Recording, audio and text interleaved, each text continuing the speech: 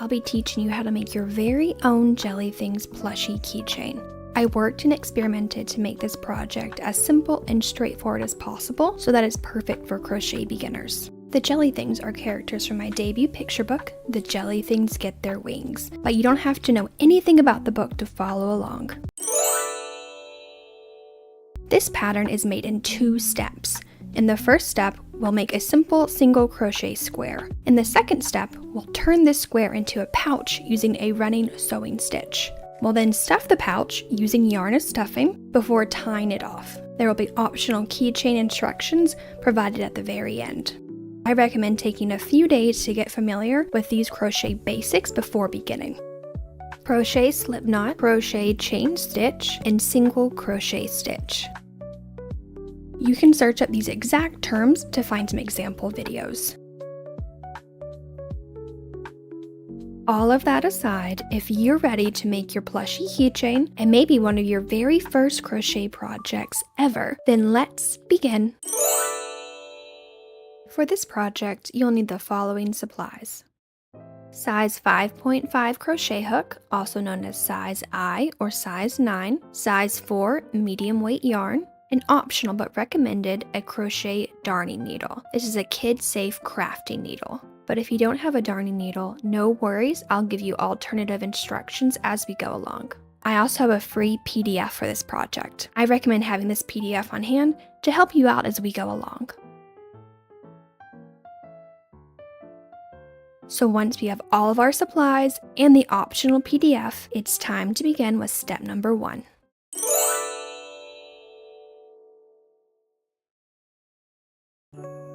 We're going to begin by making a slip knot. There are multiple ways to do this, but I prefer to cross the yarn tail on top to make a fish shape. Then, using my thumb and index finger as shark teeth, I pinch the bottom strand, not the yarn tail, and pull it through. Now we have our slip knot, which is an adjustable loop that we're going to tighten over our crochet hook. From here, we're going to chain 15, not counting our slip knot. I'm going to hook the yarn and pull it through 15 times. I'm going to go very slowly so you can follow along. There's our first one.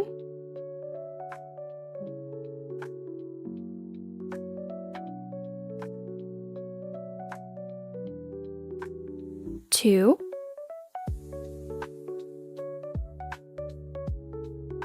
3, 4, and 5. Now pause here and continue on your own with 10 more chains. We now have our foundation of 15 chains.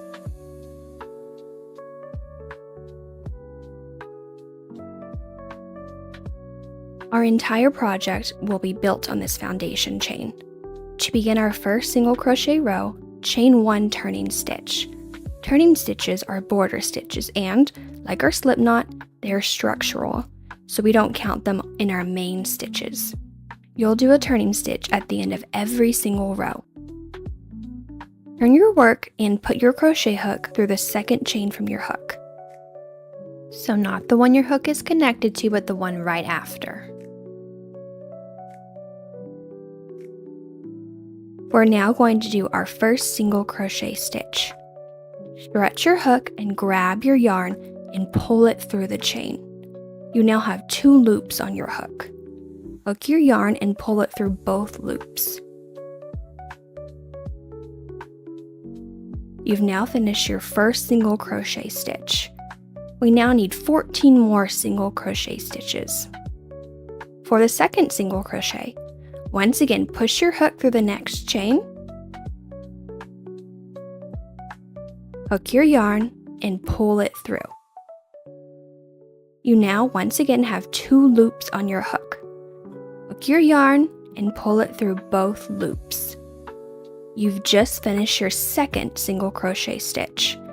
Continue for 13 more single crochet stitches. I will do the entire row very slowly if you want to follow along, but if you feel comfortable, you can skip ahead in the video. If you're following me, let's do our third single crochet together.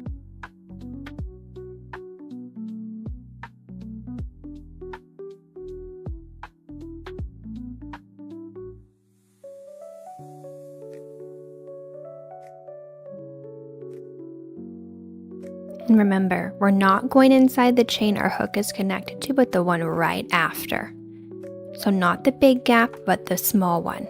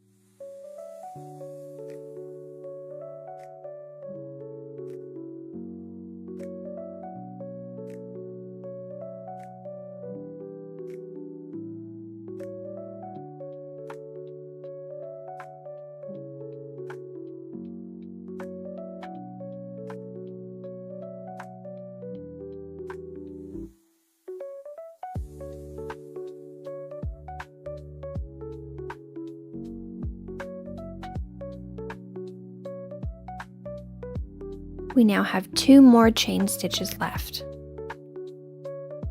As a reminder, you're not going to go into that last knot. As you can see here, you can see the stitch, and if you look, you can see the knot. So we only have 1 more stitch. The knot is from our slip knot and it does not count.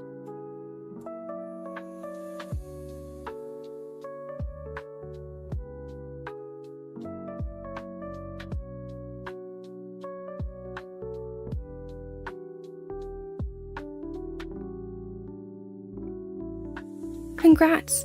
You've completed your first row. To start our second row, chain 1 and flip your work. This chain is our turning stitch. Turning stitches, once again, are border stitches, so we don't count them in our main stitch count. So now that we've turned our work, let's begin our second row. For our second row, we're going to be working on top of our single crochet stitches. They look a bit different, but we're going to follow the exact same steps. Let's do the first single crochet together. The stitch now has a V shape, or a bunny ear shape.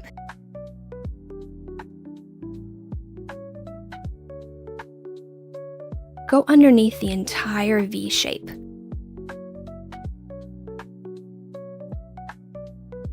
Hook your yarn and pull through. You now have 2 loops. Once again, pull your yarn through both loops. Your first single crochet is complete.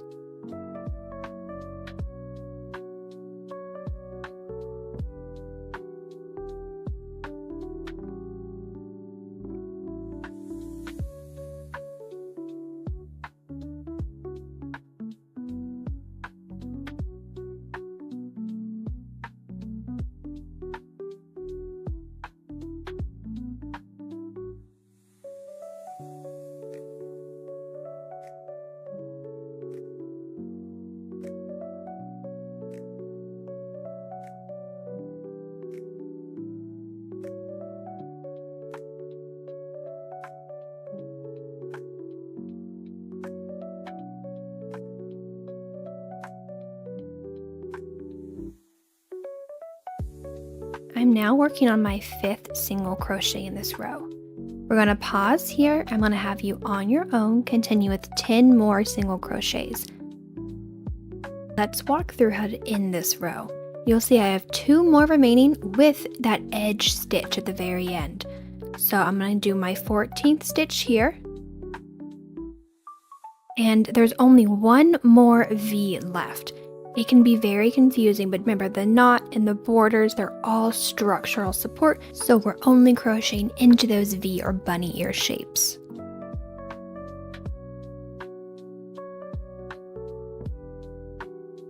We've now finished all 15 stitches of row 2. Chain 1 for your turning stitch and flip your work.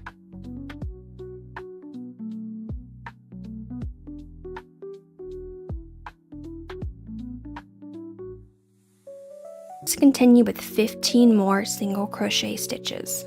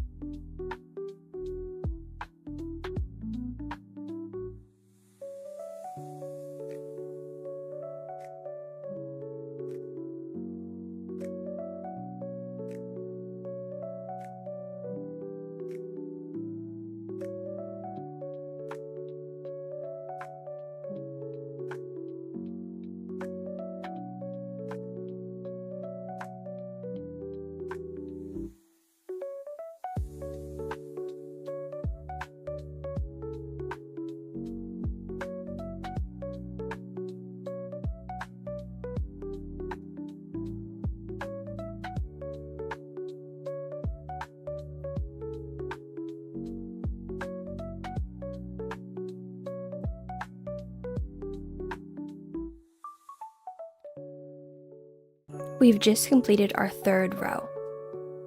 Once again, chain 1 and flip. From here, you're going to crochet 13 more single crochet rows for a total of 16 rows. If you feel like you still need more support, you can rewind the video back to the 2nd row and keep following along with me from there. We'll meet back near the end of row 16.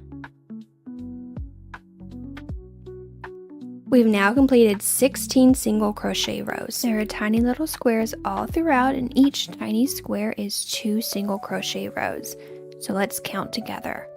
We have 2, 4, 6, 8, 10, 12, 14, and 16. The hardest part is over, and you should be so proud of yourself. Whether your crochet square looks like mine or something a little like this, please don't worry. I want you to keep pushing through, even if your square didn't turn out exactly as you wanted. This project is very flexible, and it's okay if your square is messy. We can work through any issues in the next step. So take a deep breath, be proud of your work so far, and together let's tie off our square. To do this, chain 1 and cut your yarn.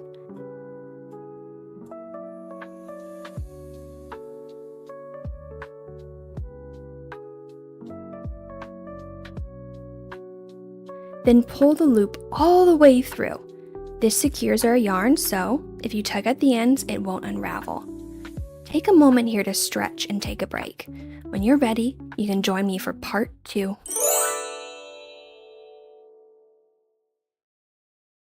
Now that we've finished our single crochet square, it's time to bring our plushie to life.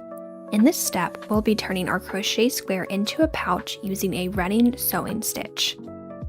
I'm going to start by giving instructions using a darning needle, which, as a reminder, is a kid-safe crafting needle that I mentioned in the optional supplies section, but I'll also give instructions using a crochet hook.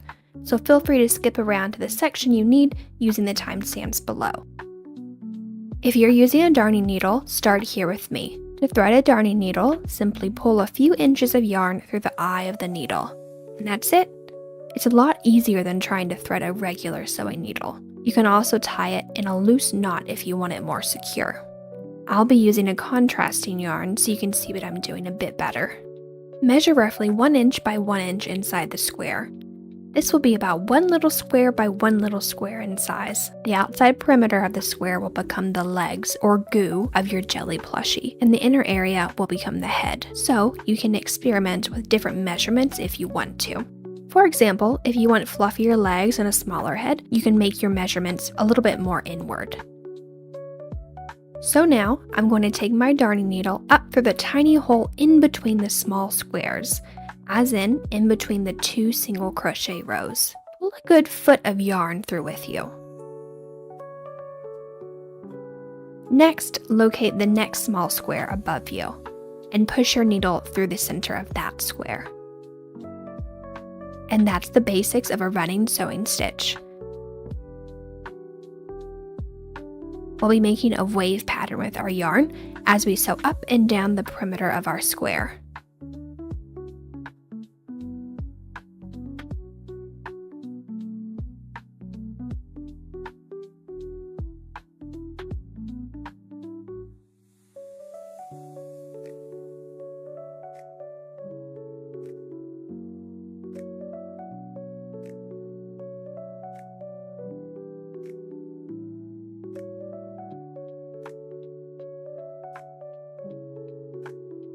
Once we get to our next side, there will be more squares since this was our crochet stitches and not just the row sides. All you have to do is skip a square each stitch to keep the measurements the same on all sides. My stitches measure about 1 inch in length. Also, even if your crochet square didn't turn out exactly even, this is the part where you can fix up your plushie. Keep going as straight up your sides as you can, but feel free to zigzag your stitches if you need to. As long as this thread of yarn is connecting to all sides of your square, it'll still turn out as a perfect pouch shape. From here, continue around the remaining sides of your square. If you're using a crochet hook, this is where you'll join me. Measure roughly 1 inch by 1 inch inside the square. This will be about 1 little square by 1 little square in size. The outside perimeter of the square will become the legs or goo of your jelly plushie, and the inner area will become the head. So you can experiment with different measurements if you want to. For example, if you want fluffier legs and a smaller head, you can make your measurements a little bit more inward.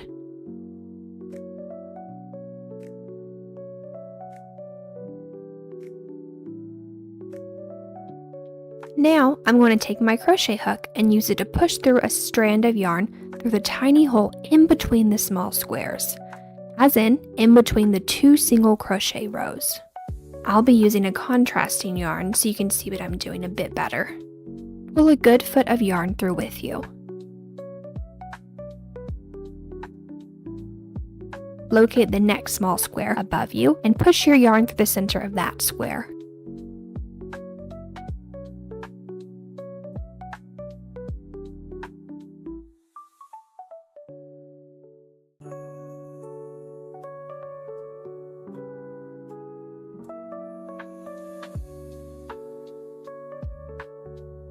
And that's the basics of a running sewing stitch.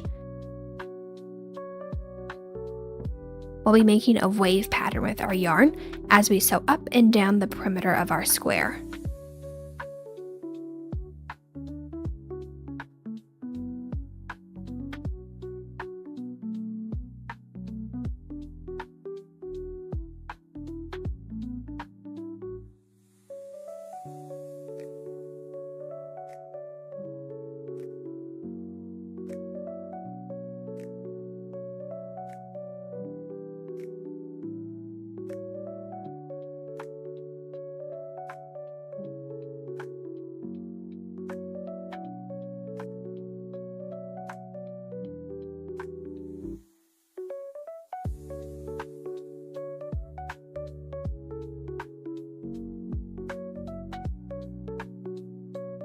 Once we get to our next side, there will be more squares since this was our crochet stitches and not just the row sides. All you have to do is skip a square each stitch to keep the measurements the same on all sides. My stitches measure about 1 inch in length.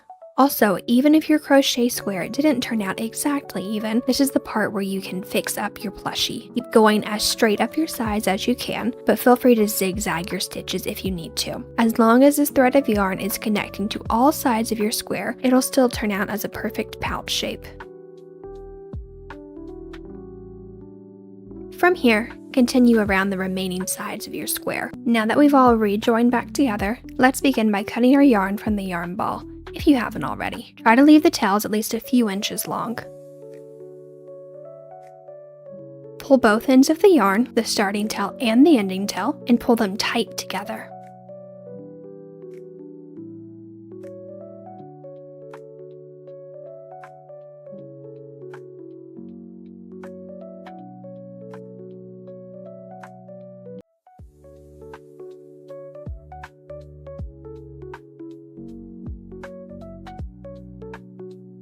From here, begin to stuff the pouch with a bundle of yarn. Start with a small 3-inch bundle and fill to your desired fluffiness.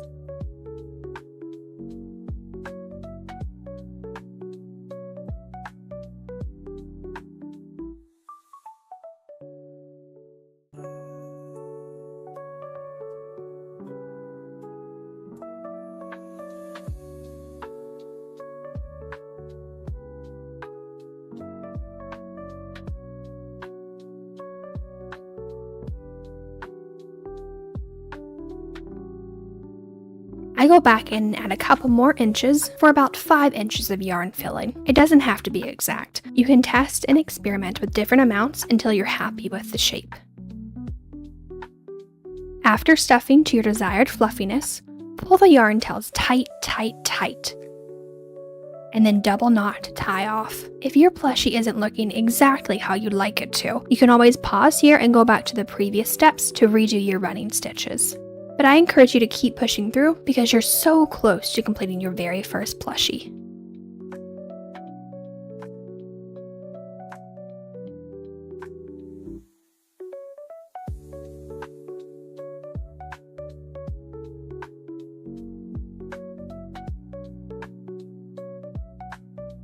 Fluff out the jelly legs or goo and shape the head with your hands.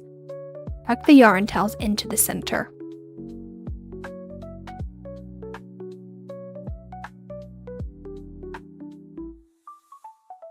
If you have a darning needle, you can use it to weave in any remaining loose threads. I also like to pull my extra tails through the center of the plushie to create a more structured leg shape.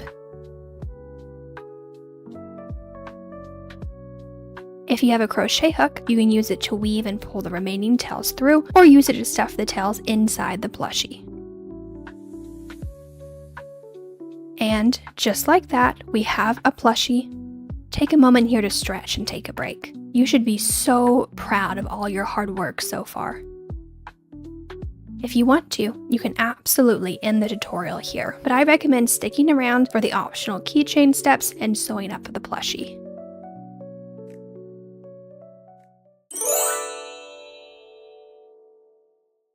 It's time to crochet our keychain. Get back out your yarn and begin with the slip knot. If you need a refresher, remember to make a fish shape by crossing the yarn tail on top. Then, using your thumb and index finger as shark teeth, pinch the bottom strand, knot the yarn tail, and pull it through. Try to leave at least a 4-inch starting tail. You can do this by simply moving your yarn tail farther down, or, if a visual helps, think of it as creating a giant fishtail shape. From here, chain 20.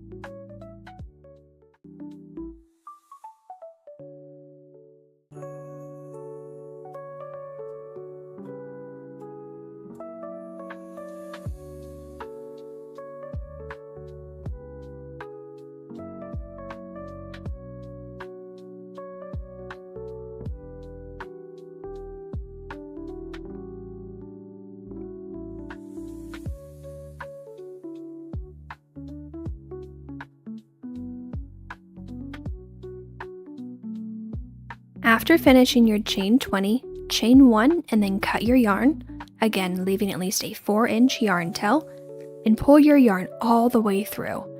This will create a knot so your chain won't unravel.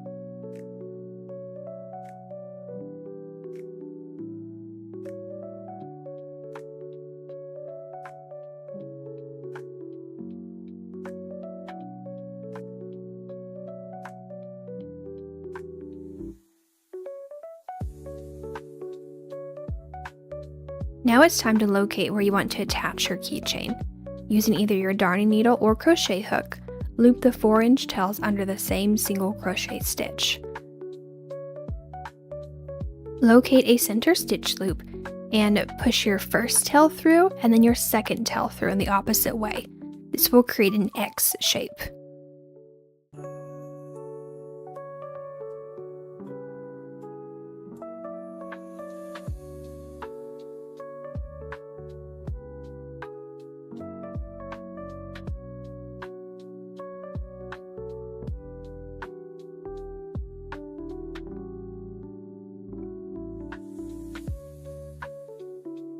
Double knot the yarn tails together, and then either cut the remaining tails or tuck them into the plushie.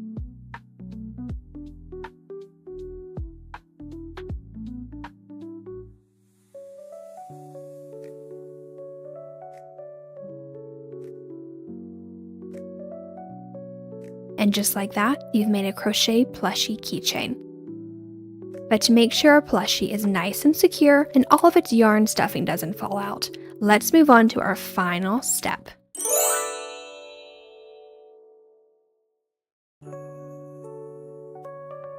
For our very last step, it's time to sew up the bottom of our plushie. I do recommend a darning needle for this step, but you can also use a crochet hook to push and pull the yarn through, but it's going to be just a bit more finicky. We're going to sew a running stitch all along the bottom seam to close up our plushie. So simply thread your darning needle, which, as a reminder, simply means pulling a few inches of yarn through the eye of your crafting needle. Starting at either side, use a running stitch to close the gap. Make your stitches close together for the best results. If you're using a crochet hook, simply use your hook to push and pull the yarn through.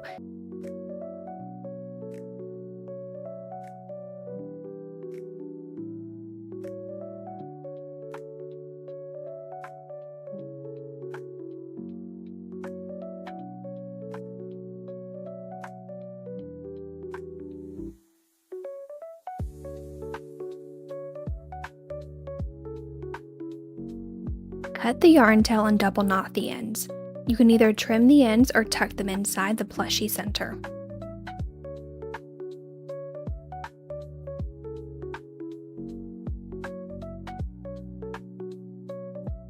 You did it! I'm so proud of you and all the hard work you put into this. Think back to all the new skills you learned in this project, from slip knots to single crochets, to sewing, to making a keychain, and so much more. And now, you have a super cute plushie keychain that you made all by yourself. Your new friend can't wait to join you in all sorts of amazing adventures, whether that's on your backpack or just hanging around your room. Congrats on completing this crochet project, and with all these new skills, I can't wait to see what you make next.